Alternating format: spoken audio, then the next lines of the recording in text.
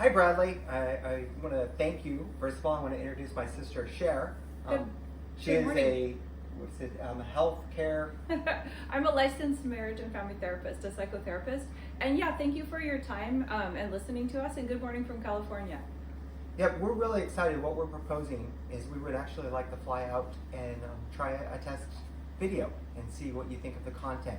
This is just something that we could potentially add to your platform. It would be discussing a lot of the mental health perspective on this. Sherwin's really good at that. She's going to give you an example of the 3 Ps, and then we were just hoping to fly out, do a test video, and then see where that goes. Cher, do you want to take it away on the 3 Ps? Definitely. So my brother Scott is a Salesforce architect, and I've really enjoyed learning about Salesforce and about the architect thing.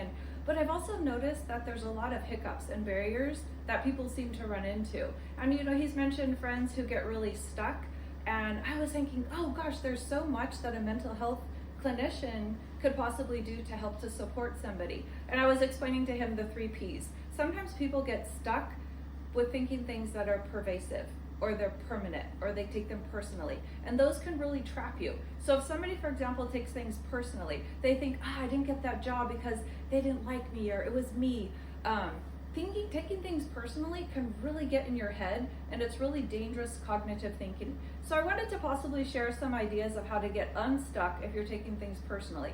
And you can also get stuck if you think things are permanent. If you think that, oh, it's always going to be this way, I'm never going to get hired, I'm always just going to be... That, I think, is really common. Yeah, and you've mentioned... Even myself, sometimes I fall into that, like, oh, this could actually, right, I really am not destined to do this. But Yeah. that's just a Yeah, temporary... and you mentioned some of your friends too, and I'm like, oh, Scott, you got to encourage them to get up and go again. Exactly. Because you can't get stuck thinking that things are permanent. And then another dangerous one is that it's pervasive. And then you tend to let this negative thinking spill into all areas of your life. Oh. And it's so dangerous and not healthy, because guess what? Failure's going to happen, and it's okay. And we need to pick ourselves up and learn from Absolutely. it. So the 3 Ps, I want you to be prepared for them to happen, but also to flip the switch in your head that this was just a learning opportunity. So I was sharing, and he said, you have a lot of valuable content.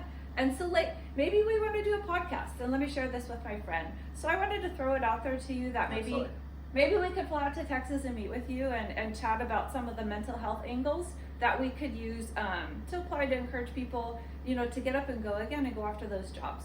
Yep. And I think the first step is if we could just set up a Zoom call and just chat back and forth and everybody get to know each other. And then hopefully we'll be flying out to Texas and meeting in person. All right. Thank you for your time. Thanks for your time. Have a great day.